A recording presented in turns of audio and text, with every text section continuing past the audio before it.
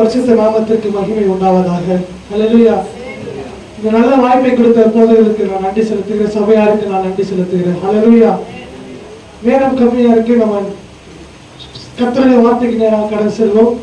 யாக்கோபு எழுதின புஸ்தகம் 1ஆம் அதிகாரம் 17வது வசனத்தை வாசிப்போம். இந்த மாதத்தின் வாக்குத்தத்தம் யாக்கோபு எழுதின புஸ்தகம் 1ஆம் அதிகாரம் 17வது வசனம்.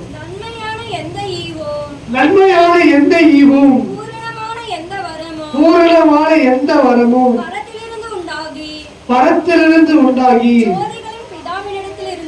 ஜோதிகளின் பிதாவினிடத்திலிருந்து இறங்கி வருகிறது.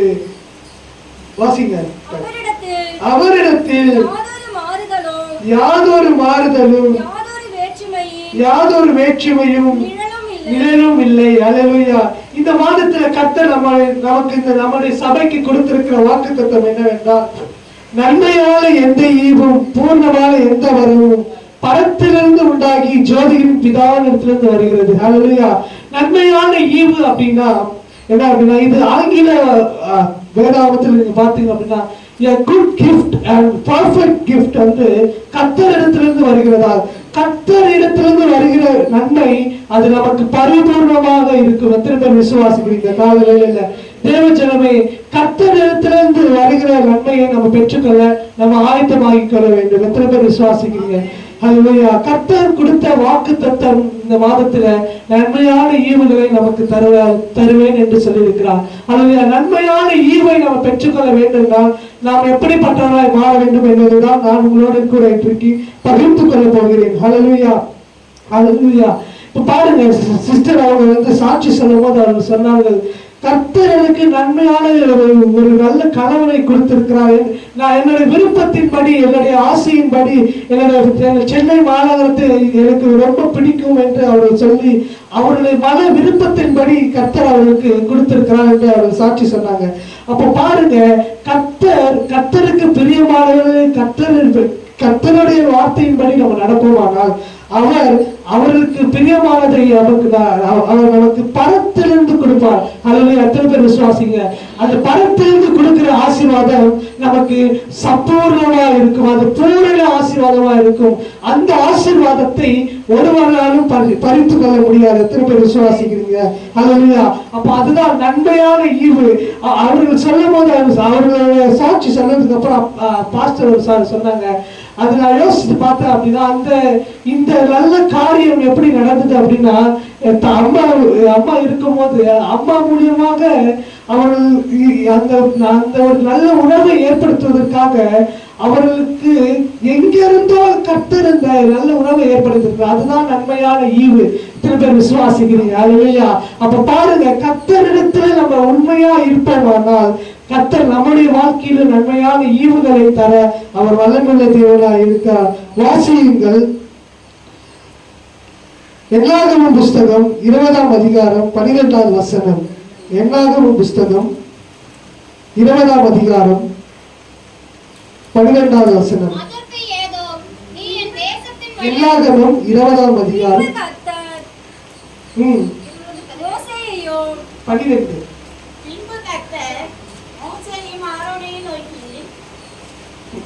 வாசிங்க.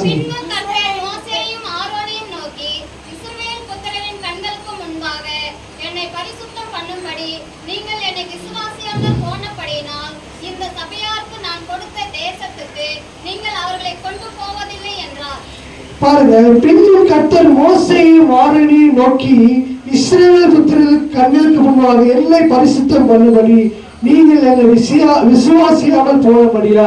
இன்றைக்கு தேவ ஜனமே, கர்த்தர் அவருக்கு வாக்கு தத்தத்தை கொடுத்துட்டார். என்ன வாக்கு தத்தம்? நன்மையான ஈவுகளை நான் உங்களுக்கு தருவேன் என்று சொல்றார். ஆனால் நம்மளுடைய வாழ்க்கை எப்படிப்பட்டதா இருக்குது என்றால், இன்னும் அந்த நன்மையான ஈவை, பரிபூர்ணமான ஆசீர்வாதத்தை பெறாமல் நம்முடைய வாழ்க்கை அதே சில நிலைமையில, ஆண்டவரை நம்ம அறிந்து கொள்வதற்கு முன்பதாக இருந்த அதே நிலைமையில இன்னும் அந்த பழைய நிலைமையிலே இருக்குமானால் அது ஏன் இருக்கிறது என்று நம்ம பார்த்து கொண்டால், முதலாவது காரியம், கர்த்தருடைய வார்த்தைக்கு நம்ம கீழ்ப்படியாமல் இருப்பதனால அந்த நன்மையான ஈவை கர்த்தர் நமக்கு கொடுக்க ஆயத்தமா இருக்கிற அந்த நன்மையான ஈவை நம்முடைய வாழ்க்கையில அது பெற்றுக்கொள்ள முடியாமல் போய்விடுது. இந்த வேத புஸ்தகத்துல நம்ம பார்த்தோம்னா இந்த எல்லாரும் 7ஆம் அதிகாரம் 12வது வசனத்துல பார்த்தீங்க அப்படின்னா, நீங்கள் அவர்களை கொண்டு போவதில்லை, அந்த தேசத்திற்கு நீங்கள் அவர்களை கொண்டு போவதில்லை என்று ஆண்டவர் மோசேயிடத்திலும் ஆரோனிடத்திலும் சொல்லுகிறார். ஏன் அப்படி சொல்லுகிறாரு நீங்க பார்த்தீங்க அப்படின்னா, அந்த ஜனங்களை, இஸ்ரவேல் ஜனங்களை ஆண்டவர் எகிப்திலிருந்து அடிமைத்தனத்திலிருந்து கூட்டிக் கொண்டு வந்து எங்களுடைய ஜனங்கள் எங்களுடைய துதியை சொல்லி வருவதற்காக அவர்கள் அடிமைத்தனத்திலிருந்து கூட்டிக் கொண்டு வருகிறார். அநேக அதிசயங்களை செய்து வருகிறார். ஆனால் அந்த ஜனங்களுக்குள்ள ஒரு சோர்வு வரும்போது, ஒரு உபத்திரவம் வரும்போது அவர்கள் எப்படிப்பட்ட நிலைமையில மாறினாங்க அப்படின்னா, அவர்கள் சீஷருக்கு எதிராக, ஊழியக்காரருக்கு எதிராக அவர்கள் தங்களை முழுமுறுத்துக் கொள்கிறார்கள். ஆண்டவருக்கு பிரியமில்லாத காரியத்தை அவர் செய்து விடுகிறார்கள்.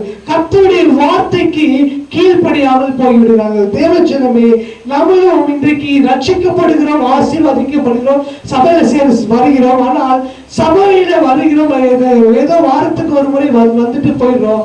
ஆனா கர்த்தருடைய வார்த்தைக்கு கீழ்ப்படியாமல் இருக்கிறதுனால நம்முடைய வாழ்க்கை இன்னும் மறுரூபமாகப்படாமல் இருக்கிறது. நம்முடைய வாழ்க்கையில நன்மையான ஈவை நம்ம பெற்றுக்கொள்ள வேண்டும் என்றால் கர்த்தருடைய வார்த்தைக்கு நம்ம கீழ்ப்படிய வேண்டும். இந்த இஸ்ரவேல் ஜனங்கள் என்ன பண்ணுறாங்க அப்படின்னா, அவருக்கு ஒரு உபத்திரம் வருகிறது பாருங்க. சீர் வனாந்திரத்துல ஜனங்கள் காதேசில தங்கியிருக்கையில் மரியாதை இறந்துடுறாங்க. அந்த இடத்துல தண்ணீர் இல்லாமல் போனதுனால அவர்கள் என்ன பண்ணிடுறாங்க அப்படின்னா, மோசேயும் ஆரோனுக்கு விரோதமாக அவர் முறுமுறுக்க ஆரம்பிச்சு விடுறாங்க. ஹல்லேலூயா. அப்ப பாருங்க, நம்முடைய வாழ்க்கையிலும் கர்த்தர் நமக்கு ஒரு சோதனையை கொடுக்கும் போது, ஒரு டெஸ்ட் வைக்கும் போது, அந்த டெஸ்ட்ல நம்ம பாஸ் ஆயிட்டோம் அப்படின்னா நம்ம அந்த நன்மையான ஈவை பெற்றுக்கொள்வோம். அந்த டெஸ்ட்ல நம்ம என்ன பண்ணிடுறோம் அப்படின்னா நம்ம எல்லாரும் ஃபெயில் ஆயிடுறோம். ஹல்லேலூயா. திரும்ப விசுவாசிக்கிறீங்க, அவங்க நமக்கு சோதனை வரும்போது அந்த சோதனை சகிக்கிறவர்களாய் மாற வேண்டும். திரும்ப விசுவாசிக்கிறீங்க. அதுதான் யாக்கோபு புஸ்தகத்தில் சொல்லப்பட்டிருக்குது. வாசிங்க. யாக்கோபு 1ஆம் அதிகாரம் 2வது வசனத்தை வாசிங்க. என் சகோதரரே, நீங்கள் பலவிதமான சோதனையில் அகப்படும் போது உண்டாக்கும் என்று அறிந்து அதை மிகுந்த சந்தோஷமாக எண்ணுங்கள். ஹல்லேலூயா. அப்ப பாருங்க, நமக்கு சோதனை வரும்போது அந்த சோதனையை நம்ம சந்தோஷமாக ஏற்றுக்கொள்ள வேண்டும். ஆனால் இந்த இடத்துல இஸ்ரவேல் ஜனங்கள் எப்படி பண்ணிடுறாங்க அப்படின்னா, அவர்களுக்கு தண்ணீரை குடிக்க தண்ணீர் இல்லாததுனால என்ன பண்ணிடுறாங்க அப்படின்னா, அந்த ஊழியருக்கு விரோதமாக, அந்த ஆசாரியருக்கு விரோதமாக முறுமுறுக்க ஆரம்பிச்சிடுறாங்க. அதனால ஆண்டவர் என்ன பண்ணிடுறாங்கன்னா, அந்த ஜனங்களை அழைக்கப்பட்ட அந்த கானான் தேசத்திற்கு காணப்படாமல் போய்விட்டார்கள். ஹல்லேலூயா. அந்த நன்மையான ஈவை கர்த்தர் உண்டு பண்ணின அந்த நன்மையான ஈவை பெற்றுக்கொள்ள முடியாமல் போய்விடுகிறது. இன்றைக்கு தேவ ஜனமே, கர்த்தருடைய வார்த்தைக்கு நம்ம கீழ்ப்படிய வேண்டும். ஹல்லேலூயா. எத்தனை பேர் விசுவாசிக்கிறீங்க? இன்றைக்கு நம்மளுடைய வாழ்க்கையில பிரச்சனை, உபத்திரங்கள் வரும்போது, அதை நம்ம உண்மையும் உத்தமமா இருக்கும்போது, கர்த்தருக்காக வாழ வேண்டும் என்ற அந்த நம்பிக்கையோட திடமனதோடு இருக்கும் போது நம்ம வாழ்க்கையில அந்த சம்பூர்ணமான ஆசீர்வாதத்தை பெற்றுக்கொள்வோம். 4வது வசனத்தை வாசிங்கள். நீங்கள் ஒன்றிலும் குறைவுள்ளவர்களாய் இராமல் பூரணராயும் நிறைவுள்ளவர்களாயும் இருக்கும்படி பொறுமையானது பூரண கிரியை செய்ய கடவுது. அப்ப பாருங்க, மீண்டும் மீண்டும் பாருங்க, கர்த்தர் உண்டு பண்ணின அந்த நன்மையான ஈவுகளை நம்ம பெற்றுக்கொள்ள வேண்டும் என்றால் நம்ம பொறுமையோடு காத்துக்கொண்டு இருக்க வேண்டும். ஹல்லேலூயா. பாருங்க, நம்ம இன்னைக்கு நல்ல ஒரு செய்தி என்னன்னா, இந்த NLCC இந்த பகுதியில, இந்த ஜெமின் பனாவர பகுதியில பாருங்க, அவ்வளவு ஏசியாவிலே மிகப்பெரிய சபை ஆலயத்தை கட்டுவதற்காக பாஸ்டர் மோகன் அவர்களுக்கு கர்த்தர் கொடுத்த தரிசனம் இன்று நிறைவேறுகிறது. இதற்காக அவர்கள் பார்த்தீங்க 23 வருடம் காத்து கொண்டிருக்கிறார்கள். எவ்வளவு பொறுமை. ஹல்லேலூயா. எவ்வளவு உபத்திரம் வந்திருக்கோம், எவ்வளவு பிரச்சனை, எவ்வளவு கேஸ், எவ்வளவு தடைகளுடன் வந்தாலும் கர்த்தர் உண்டு பண்ணின அந்த தரிசனம் மாறாது. ஹல்லேலூயா. எத்தனை பேர் விசுவாசிங்க? உங்களுடைய வாழ்க்கையில கர்த்தர் அந்த நன்மையான ஈவை கொடுப்பேன் என்று அவர் வாக்கு பண்ணினார்னா அந்த வாக்கு தத்துவம் நிறைவேறும். எத்தனை பேர் விசுவாசிக்கிறீங்க? அந்த பொறுமையானது பூரணமாய் மாற வேண்டும், பூரணமாய் மாற வேண்டும். அந்த பொறுமை நமக்கு பூரணமாய் மாறும்போது யதார்த்தமானவைகளை கர்த்தர் நம்முடைய வாழ்க்கையில செய்வார். திரும்ப விசுவாசிக்கிறீங்க? அல்லேலூயா. அவர் முடியாது என்ற காரியத்தை யதார்த்தமா ஈஸியா லகுவாய் செய்து முடிச்சுட்டு போயிட்டே இருப்பார். அதுதான் நம்மளுடைய ஆண்டவருடைய ஸ்பெஷாலிட்டி. எத்தனை பேர் விசுவாசிக்கிறீங்க? அல்லேலூயா. நம்ம நன்மையான ஈவைகளை எப்படி பெறுகிறோம் அப்படின்னா, ஆண்டவரிடத்திலிருந்து டைரக்டா பெறுகிறோம். ஏதோ ஒரு இன்டர்மீடியட்டா ஒரு மனுஷன் மூலமாக பெறல, நம்ம ஆண்டவரிடத்துல டைரக்டா பெறுகிறது தான் அந்த நன்மையான ஈவை. எத்தனை பேர் விசுவாசிக்கிறீங்க? ஹல்லேலூயா. அப்போ அந்த நன்மையான ஈவைகளை நம்ம பெற வேண்டும் என்றால் கடவுள் கர்த்தருடைய வார்த்தைக்கு கீழ்ப்படிய வேண்டும். இஸ்ரவேல் ஜனங்கள் பார்த்தீங்கன்னா கர்த்தருடைய வார்த்தையை கீழ்ப்படியாமல் போனதுனால அந்த கானானை சுதந்திரிக்காமல் போய்விட்டார்கள். ஹல்லேலூயா. இதுல பார்த்தீங்கன்னா இதுல என்ன ஒரு ஆச்சரியப்படத்தக்க விஷயம் என்றால், மோசேயும் ஆரோனும் கூட அந்த கானானை சுதந்திரிக்கவில்லை. எத்தனை பேர் விசுவாசிக்கிறீங்க? ஏன் என்றால் மோசேக்கு ஆண்டவர் கட்டளையிட்டார், கண்மலையை பார்த்து நீ பேசுதான் என்று சொன்னார். ஆனால் கண்மலையை பார்த்து மோசே அடித்து விட்டார். ஹல்லேலூயா. கர்த்தருடைய வார்த்தைக்கு கீழ்ப்படியாமல் போனதுனால, ஹல்லேலூயா. அப்ப கர்த்தர் என்ன சொல்லுகிறாரோ அதற்கு நம்ம கீழ்ப்படிய வேண்டும். சபைக்கு கர்த்தர் என்ன சொல்லுகிறாரோ, சபையிலே கர்த்தர் இந்த வாரத்தில் வாக்குத்தத்தம் பண்ணியிருக்கிறார், நன்மையான ஈவுகளை தருவேன் என்று சொல்லியிருக்கிறார். அப்போ நன்மையான ஈவுகளை தர வேண்டும்னா கர்த்தருடைய வார்த்தைக்கு நம்ம கீழ்ப்படிய வேண்டும். கர்த்தர் obey the God's word. அந்த வார்த்தைக்கு நம்ம கீழ்ப்படியும் போது, பொறுமையோடு இருக்கும் போது, சபைக்கு நம்ம முக்கியத்துவம் தரும்போது, சபை ஊழியர்களுக்கு நம்ம முக்கியத்துவம் தரும்போது, கர்த்தர் நம்முடைய வாழ்க்கையில அற்புதமான காரியங்களை, நன்மையான ஈவுகளை செய்ய அவர் வல்லமையுள்ள தேவனாய் இருக்கிறார். இரண்டாவது காரியம், தினமும் கிறிஸ்துவை தேர்ந்தெடுங்கள். அதனுடைய உங்களுடைய அனுதின வாழ்க்கையில கிறிஸ்துவை தினமும் தேர்ந்தெடுங்கள். ஹல்லேலூயா. நம்முடைய வாழ்க்கையில பாத்தீங்க அப்படின்னா, காலை எழுந்த உடனே நம்ம என்ன பண்றோம் அப்படின்னா, பிரஷ் பண்றோம், ஸ்கூல் படிக்கிற பிள்ளைகளா ஸ்கூலுக்கு போறது ரெடி ஆகிறோம், குளிக்கிறோம், வேலைக்கு போறவங்களா இருந்தா என்ன பண்றோம், நம்ம பிள்ளைகளுக்கு சாப்பாடு கட்டுறோம், இது பண்றோம், நம்ம வேலைக்கு போறோம், அது வருகிறோம், எல்லாம் பண்ணிடுறோம். ஆனா கிறிஸ்துவை நம்ம தேர்ந்தெடுக்கிறோமா? கிறிஸ்துவை அனுதின வாழ்க்கையில நம்ம தேர்ந்தெடுக்கிறோமா? தேவ ஜனமே, கிறிஸ்தவர்களுடைய வாழ்க்கை எப்படிப்பட்டதா இருக்க வேண்டும் என்றால், தேவன் உங்களையும் எங்களையும் என்னையும் ஆசீர்வதிப்பதற்காக தான். இஸ்ரவேலை ஆசீர்வதிப்பதே கர்த்தருக்கு பிரியம். ஹல்லேலூயா.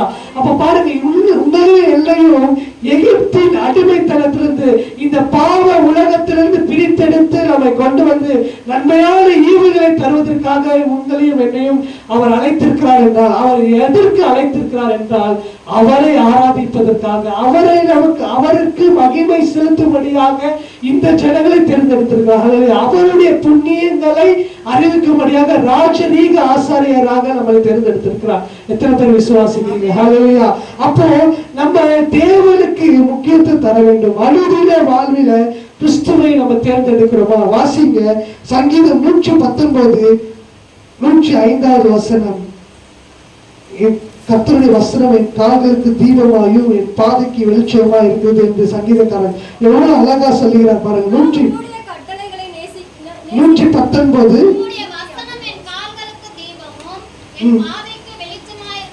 பாருங்க. அப்போ அவருடைய வசனம் நமக்கு கால்களுக்கு தீபமா இருக்கிறது, நம்முடைய பாதைக்கு அது வெளிச்சமா இருக்குது. நம்ம காலைத்தோடு நம்ம அனுதின வாழ்க்கையில அவருடைய வசனத்தை முதலாவது நம்ம தேடும் போது நன்மையான ஈவுகளை நம்ம பெற்றுக்கொள்வோம். அந்த நாள் கர்த்தருக்கு பிரியமா இருக்கும். அந்த நாள் நம்முடைய வாழ்க்கையில அது புதிய நாளாய் மாறிவிடும். எத்தனை பேர் விசுவாசிக்கிறீங்க? அல்லது அந்த நாளுக்குரிய அந்த பரிபூர்ண ஆசீர்வாதம் நமக்குள்ள வந்து சேர்ந்து விடும். ஹல்லேலூயா. அதுதான் கர்த்தர் சொல்கிறார், நன்மையான ஈவுகளை நான் தருவேன், ஆனால் நம்ம என்னென்ன காரியங்களை செய்ய வேண்டும் என்றால், முதலாவது நான் சொன்னேன், கர்த்தருடைய வார்த்தைக்கு கீழ்ப்படிய வேண்டும். இரண்டாவது காரியம், தினமும் கிறிஸ்துவை நம்ம தேர்ந்தெடுக்க வேண்டும். ஹல்லேலூயா. அதுதான் வேத வசனம் சொல்லுவது, உங்களுடைய வசனம் என் கால்களுக்கு தீபமாயும் என் பாதைக்கு வெளிச்சமா இருக்க வேண்டும். அனுதின வாழ்க்கையில நம்முடைய வசனம், கர்த்தருடைய வசனம் நம்முடைய பாதைக்கு வெளிச்சமாய் மாற வேண்டும். ஹல்லேலூயா. முதலாவது தேவனுடைய ராஜ்யத்தின் நீதியை தேடுங்கள், அப்பொழுது இவைகள் எல்லாம் கூட கொடுக்கப்படும் என்று வசனம் சொல்லியிருக்கிறது. அப்ப நம்ம உலக காரியங்களை குறித்து, நம்ம உலகத்துல வேலைகளை குறித்து நம்ம முக்கியத்துவம் தருகிறோம். உலக நம்ம முதலாளிக்கு நம்ம பயப்படுறோம், உலகத்துல காணப்படுகிற நம்ம நண்பருக்கு நம்ம பயப்படுறோம். ஆனா கர்த்தருக்கு கொடுக்க வேண்டிய அந்த பயத்தையும் கனத்தையும் நம்ம கொடுக்க மறந்ததுனாலதான் நம்ம அந்த இன்னும் அந்த கானானை சுதந்திரியாமல் போய்கொண்டிருக்கிறோம். ஹல்லேலூயா. கர்த்தருடைய வாழ்க்கை, கர்த்தருக்கு தினமும் உங்களுடைய வாழ்க்கையில கர்த்தரை நீங்க தேர்ந்தெடுங்கள், உங்கள் வாழ்க்கை அற்புதமாய் மாறும். ஹல்லேலூயா. அதிசயத்தை செய்வார் கர்த்தர். அவர் அதுதான் சொல்லுறார் பாருங்க, ஜனங்களை சபிக்கும்படியாக பாலாக்கு ராஜா எத்தனையோ முறை பீலியாம் இடத்துல சொல்லுறார். ஆனா பீலியாமால ஜனங்களை சபிக்கவே முடியவில்லை. திரும்ப விசுவாசிக்கிறீங்க? ஹல்லேலூயா. உங்களை யாரு உங்களுக்கு விரோதமா எழும்புறாங்களோ, உங்களை யாரு உங்களுக்கு விரோதமா உங்களுடைய இருதயத்தை கடினப்படுத்துகிறார்களோ, உங்கள் இருதயத்தை நொறுக்கிறார்களோ, அவர்களை கொண்டே கர்த்தர் உங்களுக்கு ஆசீர்வாதத்தை தர பண்ணுவார். திரும்ப விசுவாசிக்கிறீங்க? ஹல்லேலூயா. என்னாகமம் 23ஆம் அதிகாரம் 19ஆவது வசனத்தை வாசிங்க. என்னாகும்? பொய் சொல்ல தேவன் ஒரு மனிதன் அல்ல, மனமாற மனுபுத்திரனும் அல்ல.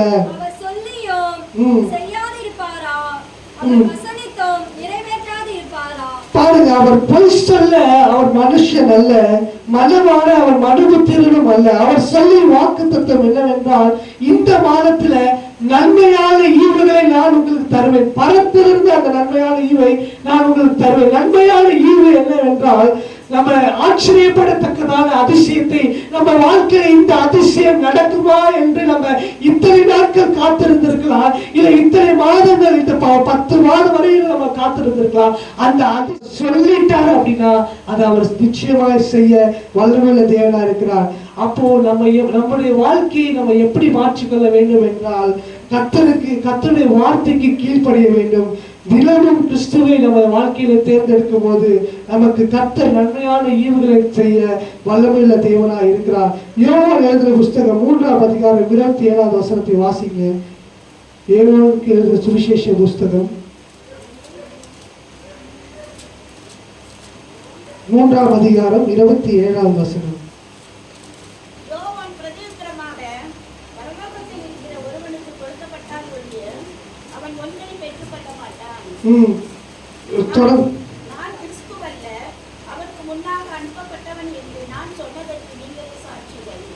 பாருங்க, யோவான் பிரதித்திரமாக பரலோகத்திலிருந்து ஒருவனுக்கு கொடுக்கப்பட்டால் ஒழிய அவன் ஒன்றையும் பெற்றுக்கொள்ள மாட்டான். அப்ப பாருங்க, இன்றைக்கு நம்ம உலகத்துல காணப்படுகிற ஐஸ்வர்யவானையும் இல்ல பெரிய பணக்காரர்களே பார்த்து, இல்ல ரட்சிக்கப்படாதவர்கள் ஆசீர்வாதமா இருக்கிறார்களே பார்த்து நம்மளுடைய வேதனை, நம்ம மனம் இல்லாமப்படுது அப்படின்னா வேதனை அடைகிறது.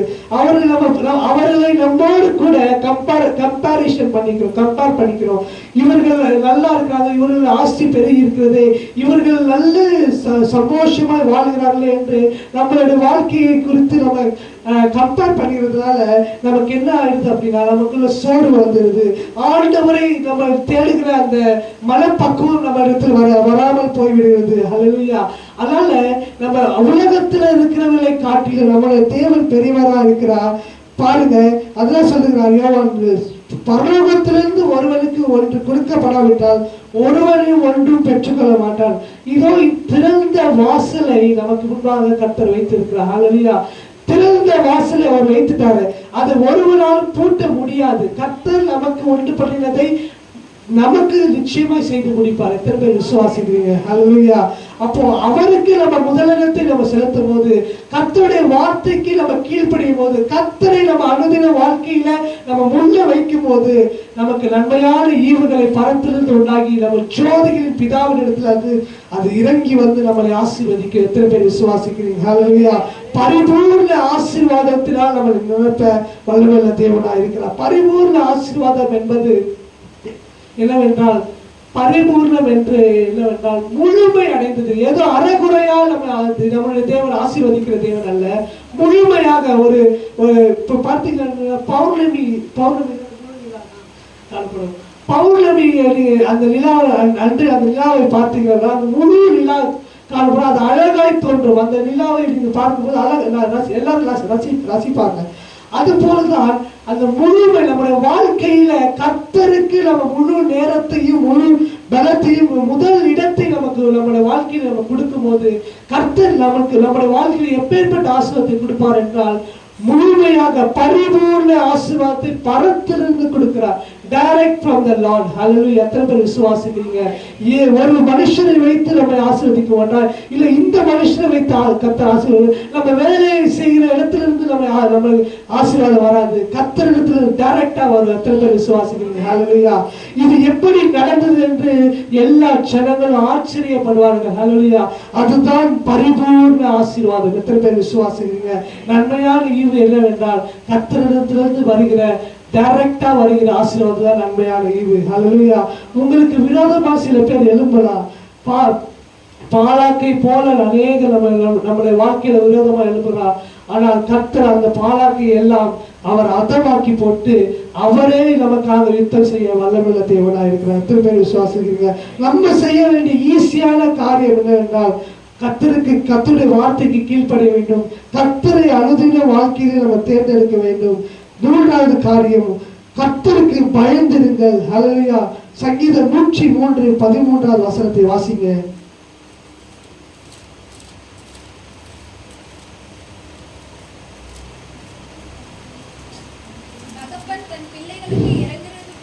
தகப்பன் தன் பிள்ளைகளுக்கு இறங்குறது போல கர்த்தர் தமக்கு பயந்தவர்களுக்கு இறங்குகிறார். ஹல்லேலூயா. நம்முடைய வாழ்க்கையில நம்ம என்னத்தை நம்ம தவற விடுகிறோம் என்றால் கர்த்தருக்கு பயப்படுற பயத்தை நம்ம மறந்து விடுகிறோம். ஹல்லேலூயா. கர்த்தருக்கு நேரத்தை செலவிட நம்ம மறந்து விடுகிறோம். கர்த்தருக்கு பயப்படுகிறது என்றால் என்ன என்றால் நம்ம ஏதோ கை கட்டி நின்று அவரை ஆராதிக்கிறோம் அல்ல, நம்ம அவரை ஆராதிக்கும் போது கைகளை உயர்த்தி தேவனை நம்ம பாடுகிறோம் என்றால் அதுதான் புத்தியுள்ள ஆராதனை. நேற்றைய தினத்தில் நான் இந்த செய்தியை நான் ஆயத்த பண்ணிட்டதுக்கு அப்புறம் நான் ஒரு இன்ஸ்டாகிராம் யூஸ் பண்ணிட்டு இருக்கும்போது ஒரு செய்தியை நான் கேட்டேன். என்ன செய்தி என்றால், நாம் ஏன் தேவனை ஆராதிக்கிறோம் என்று ஒரு போதகர் நல்ல ஒரு செய்தியை கொடுத்தார். அந்த செய்தி என்னவென்றால், நாம் ஏன் தேவனை ஆராதிக்கிறோம் என்றால் தேவன் நமக்கு இதையெல்லாம் கொடுத்தார், தேவன் எனக்கு இந்த நன்மையை செய்தார், தேவன் எனக்கு இந்த ஆசீர்வாதத்தை கொடுத்தார், அதனால நம்ம தேவனை ஆராதிக்கிறோம் என்று அல்ல, தேவன் நமக்கு தேவனா இருக்கிறார், அதனால நம்ம தேவனை ஆராதிக்கிறோம். எத்தனை பேர் விசுவாசிக்கிறீங்க? ஹல்லேலூயா.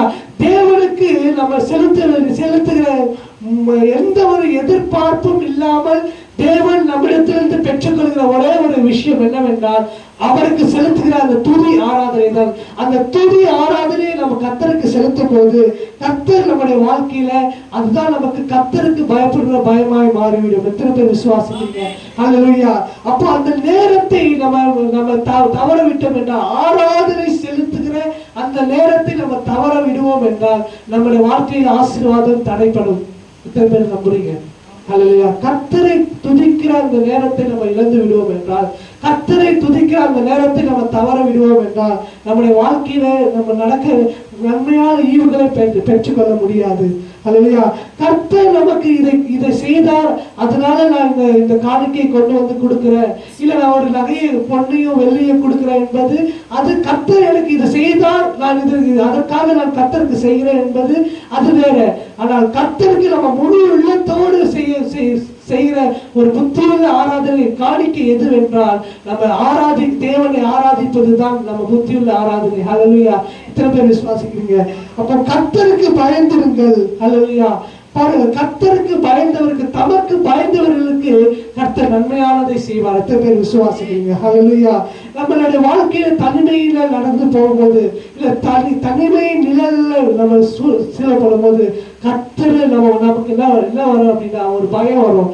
அந்த பயம் அல்ல, கர்த்தருக்கு பயப்படுகிற பயம் என்னவென்றால் அவருக்கு ஆராதனை செலுத்துவது. ஹல்லேலூயா. எத்தனை பேர் விசுவாசிக்கிறீங்க? அவரை ஆராதிக்கிற நேரம் என்றால் ஞாயிற்றுக்கிழமை என்றால் கிறிஸ்தவர்கள் வீடு பூட்டப்பட்டிருக்கணும். ஹல்லேலூயா. கிறிஸ்தவர்களுக்கு எந்த ஒரு போன் வந்தாலும் இவர்களுக்கு இந்த டைம்ல எந்த ஒரு போனும் பண்ணக்கூடாது என்று எல்லாரும் சொல்லணும். அதுதான் உண்மையான ஆராதனை. எத்தனை பேர் விசுவாசிக்கிறீங்க? ஹல்லேலூயா. அதுதான் கர்த்தருக்கு பயப்படுகிற பயம். நீங்கள் எப்படி இருக்கிறீர்களோ, எப்படிப்பட்டவர்களா இருக்கிறீர்களோ அதை பார்த்துதான் கர்த்தர் உங்களை ஆசீர்வதிப்பார். ஹல்லேலூயா. எத்தனை பேர் விசுவாசிக்கிறீங்க? கர்த்தர் நமக்கு இப்படி ஒருவேளை கர்த்தர் நம்மளை பார்த்துட்டு இப்படி சொன்னா எப்படி இருக்கும்? நீங்க யோசிச்சு பாருங்களேன். நீ இந்த அளவுக்கு நீ என்னை ஆராதிக்கிற, இந்த அளவுக்கு நீ எனக்கு நேரத்தை கொடுக்குற, அந்த அளவுக்கு தான் நான் அவனுக்கு ஆசீர்வாதத்தை கொடுப்பேன் என்று ஆண்டவர் ஒரு வேளை நம்மளை பார்த்து சொன்னார் என்றால் நம்ம ஒன்றையும் பெற்றுக்கொண்டிருக்க மாட்டோம். எத்தனை பேர் விசுவாசிக்கிறீங்க? ஹல்லேலூயா. கர்த்தர் அப்படிப்பட்ட தேவன் அல்ல. நீ எனக்கு இதை கொடுத்தா தான் நான் இதை செய்வேன் அப்படி இல்லை. கர்த்தர் நமக்காக தன்னுடைய ஜீவனையே கொடுத்துட்டார். அப்ப அவருக்காக நம்ம என்ன செய்ய வேண்டும்னா அவருக்காக நேரத்தை செலுத்த வேண்டும். கர்த்தருக்கு பயப்படுகிற பயத்தை நம்மளோட வாழ்க்கையில புதுப்பித்துக் கொள்ள வேண்டும். நம்மளோட வாழ்க்கை மறுரூபமாகப்பட வேண்டும். மறுரூபம் ஆயிடுச்சு அப்படின்னா கடைசியாக ஓவர்ஃப்ளோ வித் த கிரேஸ். கர்த்தர் நம்ம கிருபையினால நம்மளை மகிழ பண்ணுவார். ஹல்லேலூயா. நம்மளுடைய வாழ்க்கையில அந்த கிருபை நம்ம அநாதியா இருக்கும். அந்த வாழ்க்கை அந்த கிருபை மிகுதியா இருக்கும். எத்தனை பேர் விசுவாசிக்கிறீங்க? அதுதான் ஆஸ்வால்ட் சாண்டர் அப்படின்ற ஒரு தேவ ஊழியர் என்ன சொல்றார் அப்படின்னா, கிறிஸ்தவருடைய வாழ்க்கையை கிறிஸ்துவை பின்பற்றுகிறவருடைய வாழ்க்கை எப்படிப்பட்டதா இருக்க வேண்டும் என்றால், அது மோசமான இந்த உலகத்துல காணப்படுகிற மோசமான ஒரு வாழ்க்கை வாழுகிற ஒரு மனுஷனை வாழ்க்கையை பிரகாசிக்கப்பட வேண்டுமா? அதுதான் கிறிஸ்துவின் வாழ்க்கையை மாற வேண்டும். வாசிங்கள் மத்தேயு 5ஆம் அதிகாரம் 16வது வசனம் வாசிங்க. நம்முடைய வாழ்க்கை எப்படிப்பட்டதாய் மாற வேண்டும் என்று அதில் தெளிவாய் சொல்லப்பட்டிருக்கிறது.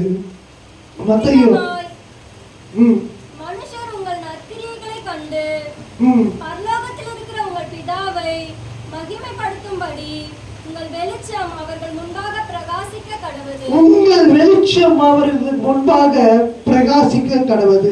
அப்ப பாருங்க, கர்த்தரிடத்துல நம்ம பெற்றுக்கொண்ட அந்த மகிமையை மற்ற ஜனங்களுக்கு, நம்முடைய வாழ்க்கையில காணப்படுகிற நம்முடைய நண்பர்கள், நம்முடைய உற்றார் உறவினர்கள், இல்ல நம்முடைய கொலீக்ஸ், நம்ம வேலை இடங்களில் செய்யப்படுகிற நம்ம சுற்றி வட்டாரத்தில் இருக்கிறவர்கள் நம்ம கிறிஸ்துவுக்குள்ளாக வாழ்கிற அந்த வாழ்க்கையை கண்டு அவருடைய வாழ்க்கை பிரகாசம் அடைய வேண்டும். அதுதான் கிறிஸ்துவனுடைய வாழ்க்கை. எத்தனை பேர் விசுவாசிக்கிறீங்க? ஹல்லேலூயா.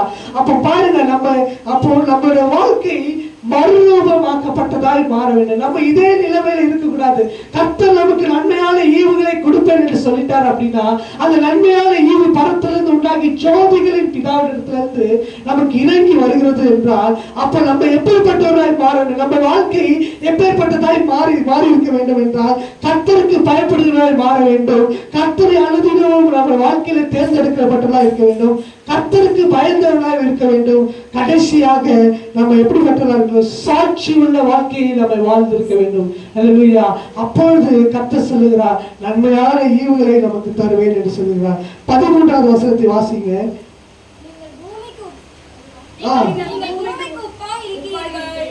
உப்பானது சாரமற்று போனால் எதினால் சாரமாக்கப்படும்?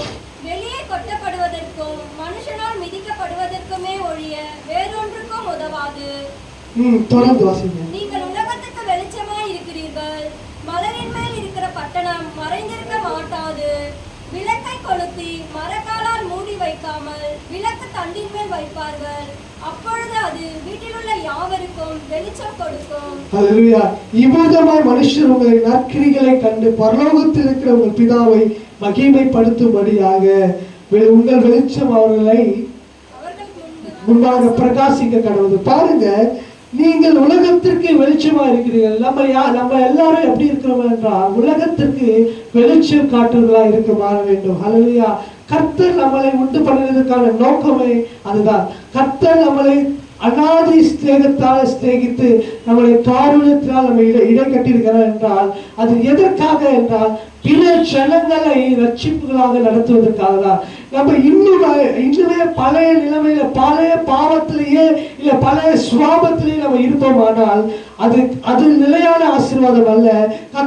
கர்த்தரால் உண்டு பண்ண அந்த நன்மையான ஈவுகளை நம்ம பெற்றுக்கொள்ள முடியாது.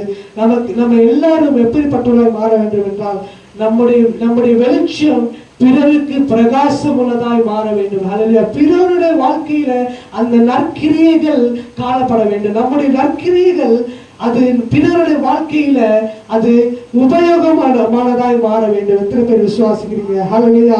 இந்த காரியங்களை நம்ம செய்யும் போது கர்த்தர் நமக்கு நன்மையான ஈவுகளை தருவேன் என்று வாக்கு அளித்திருக்கார். கடைசியாக நாம் வாசிப்போம். மல்கியா தீர்க்கதரிசி புஸ்தகம் 3ஆம் அதிகாரம் 6வது வசனத்தை வாசிங்க. மல்கியா நான் கர்த்தர், நான் மாறாதவர், நிர்மூலமாகவில்லை. யாக்கோபின் புத்திரராகிய நீங்கள் நிர்மூலமாகவில்லை. நிர்மூலமாகவில்லை என்றால் என்ன? நீங்கள் அசைக்கப்படுவதில்லை. யாக்கோபின் புத்திரர், யாக்கோபை கர்த்தர் இஸ்ரவேலாக மாற்றி அந்த இஸ்ரவேலை தான் கர்த்தர் ஆசீர்வதிக்க அவர் ஆயத்தம் பண்ணியிருக்கிறார். ஹல்லேலூயா.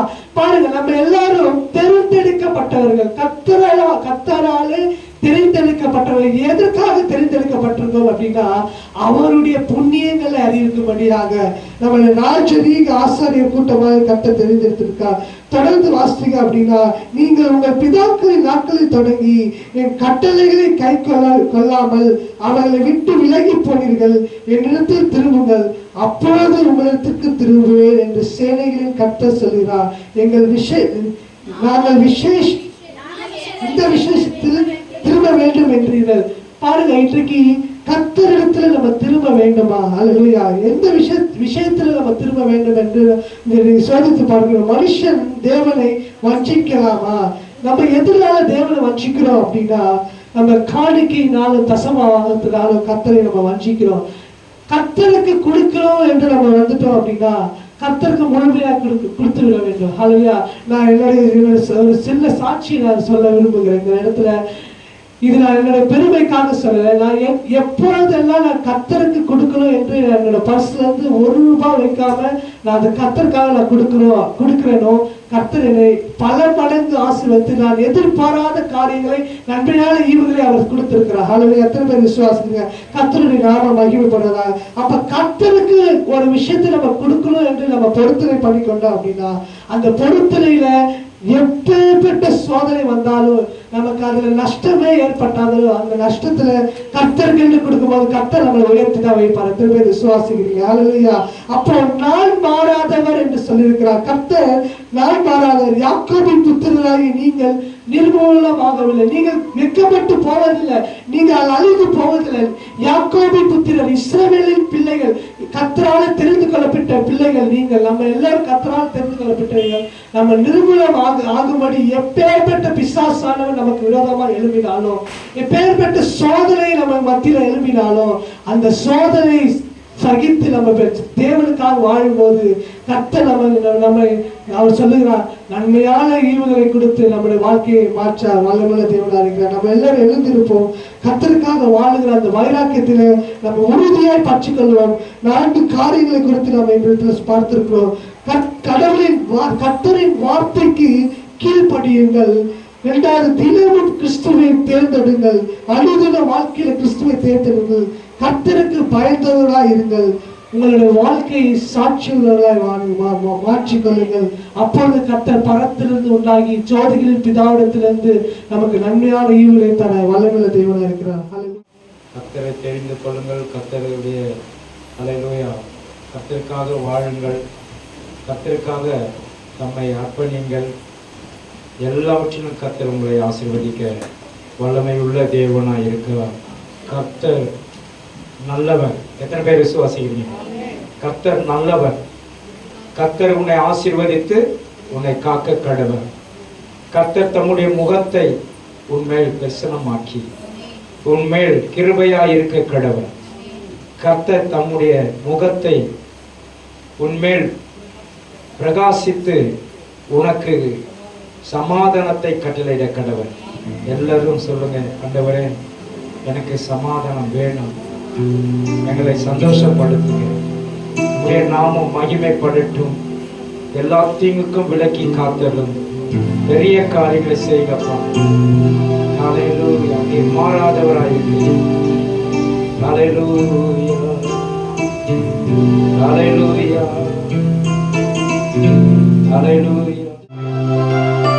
அவர் இதுவரையிலும் நம்மை நடத்தின தேவன் இனி நடத்த வல்லவராயிருக்கிறார். அன்பின் பரலோக பிதாவே, இந்த நாளுக்காக ஜெபிக்கிறோம். வந்தவர்கள் ஒவ்வொருவரையும் நீர் ஆசீர்வதிங்க. பெரிய காரியங்களை செய்ய சமாதானம் சந்தோஷம் ஆண்டவருடைய நாமம் மகிமைப்படும்படியாக வாரம் முழுதும் கண்ணின்மணி போல் பாதுகாத்துக் கொள்கிறார். ஆபீஸை தொட்டி எண்ணெய் கலசும் ஆசீர்வதிக்கப்படும். எண்ணெயும் மாவும் குறைவில்லாமல் காத்துக்கிறோம். இயேசுவின் நாமத்தில் பிதாவே.